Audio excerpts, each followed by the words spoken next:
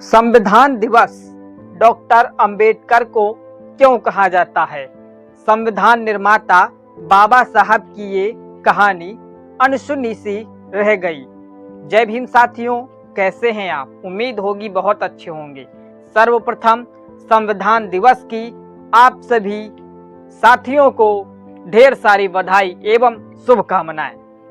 आप सभी जानते हैं कि संविधान हमारे लिए कितना महत्वपूर्ण है और कितना जरूरी है।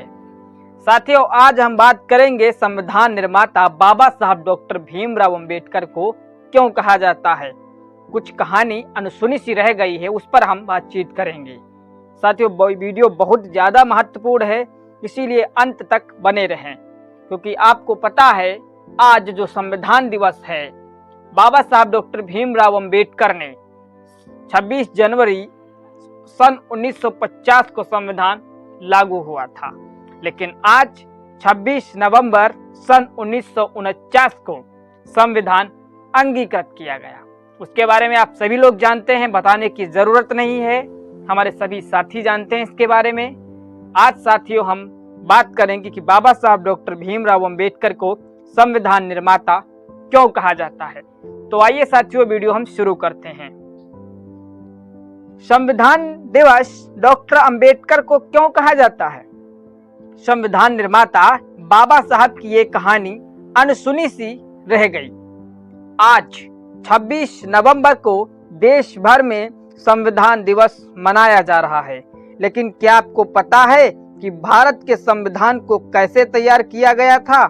सबसे पहले इसका ड्राफ्ट किसने बनाया? संविधान बनाने के पहले स्टेज की बेहद रोचक कहानी आपको बता रहे हैं। 26 नवंबर वो तारीख जिसने देश भर में संविधान दिवस के रूप में जाना जाता है।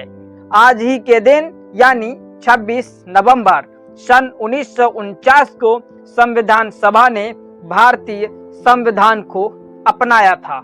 इसके बाद 26 जनवरी सन 1950 को हमारा संविधान लागू हुआ। संविधान के मूल्यों को बढ़ावा देने के लिए हर साल 26 नवंबर को संविधान दिवस मनाया जाता है। ये वो बातें हैं जो स्कूल कॉलेज में आपने जरूर सुनी होगी।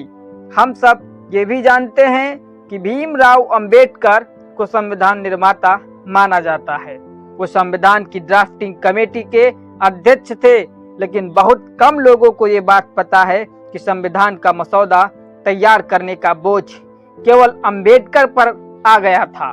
साथियों, यहाँ पे बात हम करेंगे कि बाबा साहब अंबेडकर ने अकेले संविधान बनाया, लिखा, लेकिन कुछ लोग आलोचना करने वाले अपनी अपनी कहानी रचते रहते हैं। उस पर भी लगातार हमने बात किया है। इस पर एक वीडियो है साथियों जो हम लेकर के जल्दी आएंगे, उसमें ये बात कही गई है और इसके बारे में भी हम बहुत जल्द इस पर बात करेंगे साथियों। लेकिन अभी जो हम बात कर रहे हैं ये आपके लिए बहुत ज्यादा महत्वपूर्ण है, क्योंकि आप सभी जानते हैं कि बाबा साहब डॉक्टर भीमराव अंबेडकर ने संविधान बनाया, लेकिन ये कोई नहीं जानता है, बहुत कम लोग जानते हैं कि आखिर ये पूरी जिम्मेदारी, रिस्पॉन्सिबिलिटी बाबा साहब डॉक्टर भीमराव अंबेडकर पर ही कैसे आ गई। ये बात प्रारूप समिति के ही सदस्य टीटी कृष्णामाचारी ने संविधान सभा के सामने कही थी। ये कहानी पढ़कर आप समझ जाएंगे कि संविधान निर्माता डॉक्टर अंबेडकर को क्यों कहा जाता है।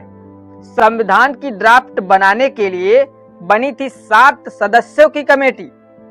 हम जानते हैं कि प्रारूप समिति ने मई 1947 में संविधान सभा के सामने मसौदा पेश किया था। इस ड्राफ्ट में 7500 से ज्यादा संशोधन सुझाए गए थे, जिसमें लगभग 2500 को स्वीकार किया गया था। लेकिन संविधान सभा का मसौदा तैयार करने के लिए 7 सदस्यों की ड्राफ्टिंग कमेटी बनाई गई थी। इस ड्राफ्टिंग कमेटी के अध्यक्ष डॉक्टर अंबेडकर थे। वही कमेटी के सदस्य कन्हैयालाल मुंशी, मोहम्मद सादुल्लाह अल्लादी, कृष्णा स्वामी अय्यर, गोपाल स्वामी अयंगार एवं माधवराव और टीटी कृष्णामाचारी थे। जब संविधान ड्राफ्ट बनाने की बात आई तो 7 सदस्यों में सिर्फ अंबेडकर ही मौजूद थे। इस घटना का जिक्र ड्राफ्टिंग कमेटी के सदस्य टीटी कृष्णमाचारी ने संविधान सभा में किया। टीटी कृष्णमाचारी ने नवंबर 1948 में संविधान सभा में कहा कि मृत्यु, बीमारी और अन्य व्यवस्थाओं की वजह से कमेटी के ज्यादातर सदस्यों ने मसौदा बनाने में पर्याप्त योगदान नहीं दिया। इसके बाद संविधान तैयार करने का बोझ डॉक्टर भीमराव अंबेडकर पर आ पड़ा। अकेले अंबेडकर ने तैयार किया मसौदा। दरअसल संविधान सभा की प्रारूप समिति में जिस 7 लोगों को रखा गया था उनमें से एक सदस्य बीमार हो गए, 2 दिल्ली से बाहर थे, 1 विदेश में थे और एक ने बीच में इस्तीफा दे दिया। वही एक सदस्य ने ज्वाइन नहीं किया। इस तरह से 7 सदस्य वाली कमेटी में केवल अंबेडकर के कंधों पर संविधान का ड्राफ्ट बनाने की सारी जिम्मेदारी आ गई। आकाश सिंह राठौर की किताब Ambedkar preamble, a secret history of the constitution of India में इसका उल्लेख है कि ड्राफ्टिंग कमेटी की बैठक में सभी मौजूद नहीं रहे, जबकि डायबिटीज और ब्लड प्रेशर से पीड़ित होने के बाद भी अंबेडकर ने संविधान तैयार करने में कोई कसर नहीं छोड़ी।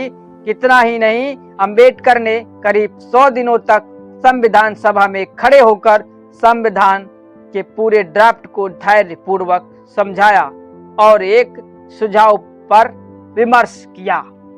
तो साथियों, ये जो संविधान सभा पे मैंने आपको बात बताई है कि बाबा साहब को संविधान निर्माता क्यों कहा जाता है, क्योंकि 7 लोगों की कमेटी थी और 7 में सिर्फ बाबा साहब अंबेडकर पर ये सारी जिम्मेदारी थी, बाकी को कोई ना कोई प्रॉब्लम थी, इसीलिए उसमें शामिल नहीं हो सके। तो साथियों, इसीलिए बाबा साहब को संविधान निर्माता कहा जाता है। आपको गर्व होना चाहिए। साथियों, लोग तो बातें बनाते हैं, अपनी बात को रखने के लिए बातें बनाते हैं, तो इन लोगों पर विश्वास मत करिए, ध्यान मत दीजिए। आप बाबा साहब डॉक्टर भीमराव अंबेडकर के संविधान को बचाने की कोशिश करिए। संविधान बचाइए, क्योंकि संविधान है तभी आप हैं, आपके अधिकार हैं, और अपने अधिकारों को भी जानिए। आप जानेंगे तभी कुछ आगे होगा। ठीक है साथियों, हम मिलेंगे नेक्स्ट वीडियो में। आज की वीडियो में इतना ही। उम्मीद करते वीडियो आपको पसंद आई होगी, क्योंकि इस वीडियो में हमने आपको बताया है वो जानकारी बहुत ज़्यादा महत्वपूर्ण है, इसीलिए आप सब लोग इस वीडियो को लास्ट तक देखिए। ठीक है, हम मिलेंगे नेक्स्ट वीडियो में। अभी के लिए जय भीम, धन्यवाद।